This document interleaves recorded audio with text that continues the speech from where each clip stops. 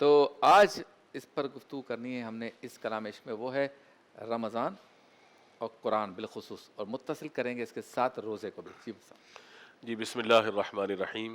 اللہ تبارک و تعالیٰ نے ارشاد فرمایا یا ایھا الذین آمنوا کتب علیکم الصیام، اے ایمان والو تم پر روزے فرض کیے گئے، کما کتب علی الذین من قبلکم جیسے تم سے پہلے لوگوں پر فرض کیے گئے۔ نتیجہ کیا ملے گا، انعام کیا ملے گا، لعلکم تتقون، تاکہ تمہیں پرہیزگاری نصیب ہو جائے۔ اب دیکھیے کہ روزہ یہ ایک قدیم عبادت ہے، ہر امت میں روزے کی کوئی نہ کوئی شکل رہی، یعنی کتنی دیر کا فاقہ ہے، کتنی دیر بھوک و پیاس برداشت کرنی ہے، کتنے دن کرنی ہے، یہ ہر امت میں کسی نہ کسی طریقے سے رہا ہے۔ مشہور ہے کہ حضرت آدم علیہ السلام ہر چاند کی 13، 14 اور 15 کو روزہ رکھا کرتے ہیں۔ حضرت نوح علیہ السلام عیدین کے علاوہ باقی پورا سال جو ہے وہ روزہ دار رہا کرتے تھے۔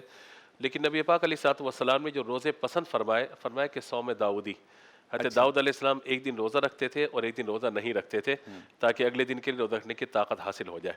تو اب یہ روزہ قدیم عبادت ہے، ہر دور میں کہیں نہ کہیں رہا۔ اچھا، اسلام کی جتنی بھی عبادات ہیں اور یادیں ہیں، ان میں کہیں نہ کہیں کوئی پیچھے کوئی ایسی بات موجود ہے کہ جو کہ ہمیں یہ بات سکھاتی ہے، بتاتی ہے کہ جس طریقے سے روزہ ہے، جہاں گزشتہ امتوں کا ذکر ہے، وہیں علماء نے لکھا ہے کہ نبی مکرم علیہ السلام جب غار حرا تشریف لے جاتے تھے تو حضور صبح سے لے کر غروب آفتاب تک کچھ کھاتے پیتے نہ تھے، تو لہذا اللہ تعالیٰ نے اپنے محبوب کی اس بھوک اور پیاس کو اس امت میں باقی رکھ دیا ہے۔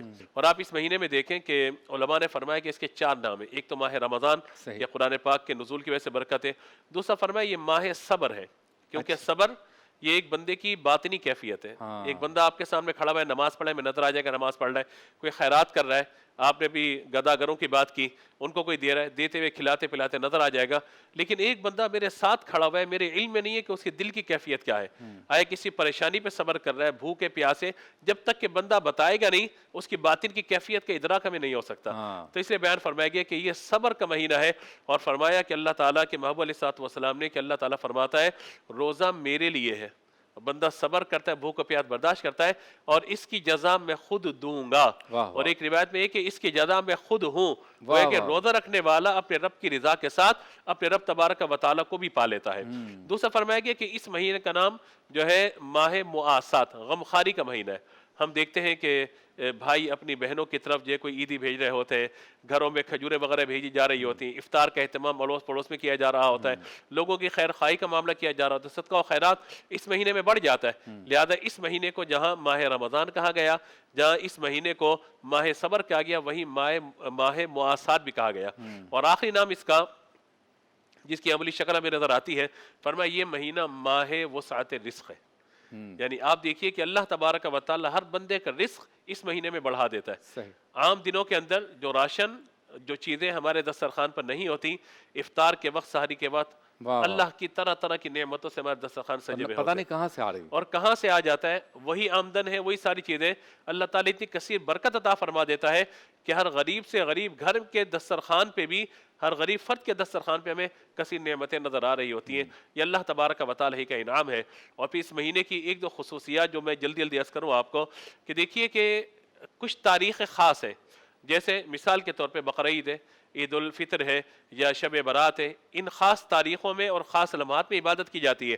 ماہ رمضان میں کوئی خاص تاریخ نہیں ہے، کوئی خاص لمحہ نہیں ہے، دن رات صبح شام سونا جاگنا روزدار کا مکمل وقت بندہ اللہ تعالیٰ کی عبادت میں صرف کر رہا ہوتا ہے۔ پھر دوسرا یہ دیکھیے کہ کعبۃ اللہ شریف تک لوگ جاتے ہیں برکتیں حاصل کرنے کے لیے، وہاں جاتے ہیں، زمزم پیتے ہیں، کعبے کا طواف کرتے ہیں، وہاں جا کے عبادت کرتے ہیں اور برکتیں حاصل کرتے ہیں۔ یعنی کعبہ معظمہ بلا کر برکتیں دیتا ہے، اور ماہ رمضان گھر میں آ کر برکت عطا فرماتا ہے۔ تو یوں اس مہینے کے اعتبار سے بہت رحمتیں، بہت برکتیں۔ ہمیں کرنا کیا ہے؟ حضور نے 4 باتیں ارشاد فرمایا کہ لا الہ الا اللہ کی کثرت کرنی ہے، دوسرا فرمایا کہ اللہ تبارک و تعالیٰ سے جہنم سے پناہ طلب کرنی ہے، اور جنت کا سوال کرنا ہے۔ یہ سارے کام ہمیں کرنے ہیں۔ اللہ تبارک و تعالیٰ مجھے اور آپ کو اس مہینے کی برکتیں عطا فرمائے۔ بہت خوب، ماشاءاللہ۔ تو کلام عشق سے آغاز ہو گیا، نہ صرف یہ کہ آج کی ٹرانسمیشن کا یا آج کے دن کا، بلکہ ہماری رمضان مبارک جو اگلے 29 یا 30 دن تک ہم آپ کے ساتھ رہیں گے، اس کا آغاز ہو گیا، اور بہت خوبصورت موضوع کا انتخاب کیا قرآن پاک سے، اور اس میں رمضان کا بھی تذکرہ تھا، یقیناً رمضان کا زیادہ، پھر اس سے منسلک قرآن کا اور روزے کا۔ ہر سال رمضان آتا ہے، جیسے کہ میں نے ابھی انٹرو میں کہا، لیکن ہر سال کا رمضان کچھ نہ کچھ مختلف ہوتا ہے۔ تو ابھی جب ہم بریک پر جائیں گے اور واپس آئیں گے تو سوال ہمارا، جواب آپ کا، میں، ہمارا موضوع بھی یہی ہوگا، اس پر گفتگو آپ کر سکتے ہیں۔